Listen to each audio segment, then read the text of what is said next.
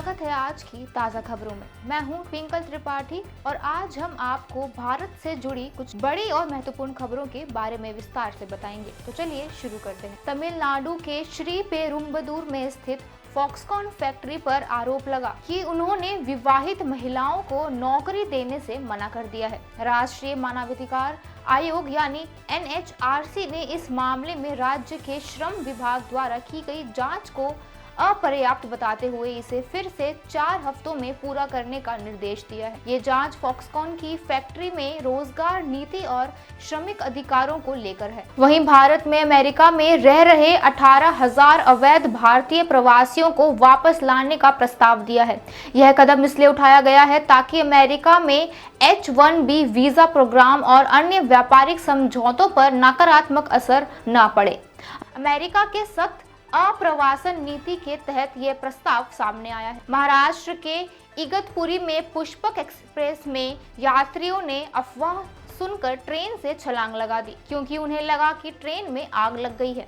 दुर्भाग्य से वे दूसरी ट्रेन की चपेट में आ गए जिसमें 12 लोगों की मौत हो गई। रेलवे के अधिकारियों ने बताया कि इस अफवाह की वजह हॉट एक्सेल से उठने वाले धुएं को बताया गया है। वहीं भारत ने अंतरिक्ष विज्ञान में एक बड़ी उपलब्धि हासिल की है।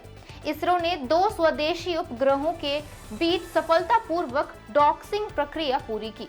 यह तकनीक भविष्य में जटिल मिशनों जैसे चंद्रमा और मंगल पर मानव मिशन के लिए उपयोगी होगी। साथ ही इसरो ने शुक्र ग्रह पर मिशन की योजना और 2040 तक भारत में अंतरिक्ष पर्यटन का लक्ष्य रखा है। भारत और इंग्लैंड के बीच खेले गए पहले T20 मैच में भारत ने शानदार प्रदर्शन करते हुए 7 विकेट से जीत दर्ज की है। इंग्लैंड ने पहले बल्लेबाजी करते हुए 133 रन बनाए। जवाब में भारतीय टीम ने यह लक्ष्य महज 12.5 ओवर में पूरा कर लिया। वरुण चक्रवर्ती ने बेहतरीन गेंदबाजी करते हुए 3 विकेट लिए और उन्हें प्लेयर ऑफ द मैच चुना गया। भारतीय बिजनेस स्कूल के छात्रों द्वारा शुरू किए गए स्टार्टअप्स नई चुनौतियों का समाधान निकाल रहे हैं। जोर नामक एक स्टार्टअप ने बैटरी शेयरिंग का समाधान पेश किया है। यह स्टार्टअप ग्रामीण भारत में बिजली संकट को दूर करने के लिए सोलर और बैटरी से चलने वाले चार्जिंग स्टेशन बना रहा है। केरल के कासरगोड जिले में एक मंदिर में आयोजित थेयम प्रदर्शन के दौरान पटाखों में आग लगने से बड़ा हादसा हो गया। इस दुर्घटना में 154 लोग घायल हुए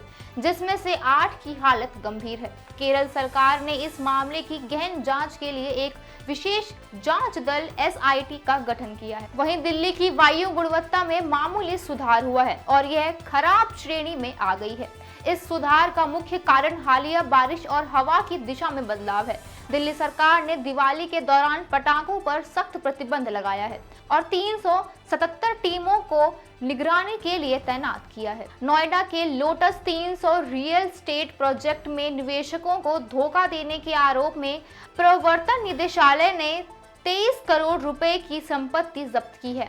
इन संपत्तियों के पंजाब के होशियारपुर, मोहाली और फतेहगढ़ साहिब में जमीनें शामिल हैं। मुख्य चुनाव आयुक्त राजीव कुमार ने महाराष्ट्र में चुनावों के दौरान बढ़ते राजनीतिक अपराधों पर चिंता जताई है।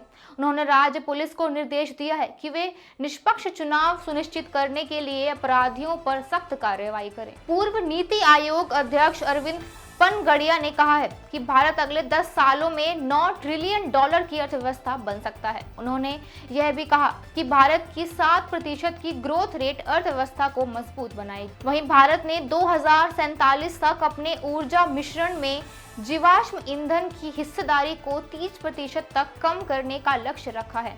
इसके लिए सरकार ने एथेनॉल ब्लेंडिंग और सौर एनर्जी पर विशेष ध्यान केंद्रित किया है। RBI गवर्नर शक्तिकांत दास ने स्पष्ट किया है कि भारत वैश्विक व्यापार में डॉलर की भूमिका को कम करने का कोई इरादा नहीं रखता है। उन्होंने कहा है कि डॉलर अभी भी अंतर्राष्ट्रीय व्यापार और वित्त में महत्वपूर्ण है। भारतीय क्रिकेट टीम को हाल के टेस्ट मैचों में खराब प्रदर्शन के चलते आलोचना का सामना करना पड़ रहा है। टीम ने न्यूजीलैंड के खिलाफ 0-3 से टेस्ट सीरीज गंवा दी। खराब बल्लेबाजी और गेंदबाजी की वजह से टीम के प्रदर्शन में गिरावट आई है। वहीं इंडिगो की नई बिजनेस क्लास सेवा शुरू हो गई है। भारत की सबसे बड़ी एयरलाइन इंडिगो ने अपने यात्रियों के लिए प्रीमियम बिजनेस क्लास सेवा शुरू करने की घोषणा की है। यह कदम एयर इंडिया से प्रतिस्पर्धा करने के लिए उठाया गया है। तो ये थी आज की कुछ बड़ी और विस्तार से बताई गई खबरें। ऐसी और जानकारी के लिए सब्सक्राइब करें एवरीडे इंडिया न्यूज को। धन्यवाद।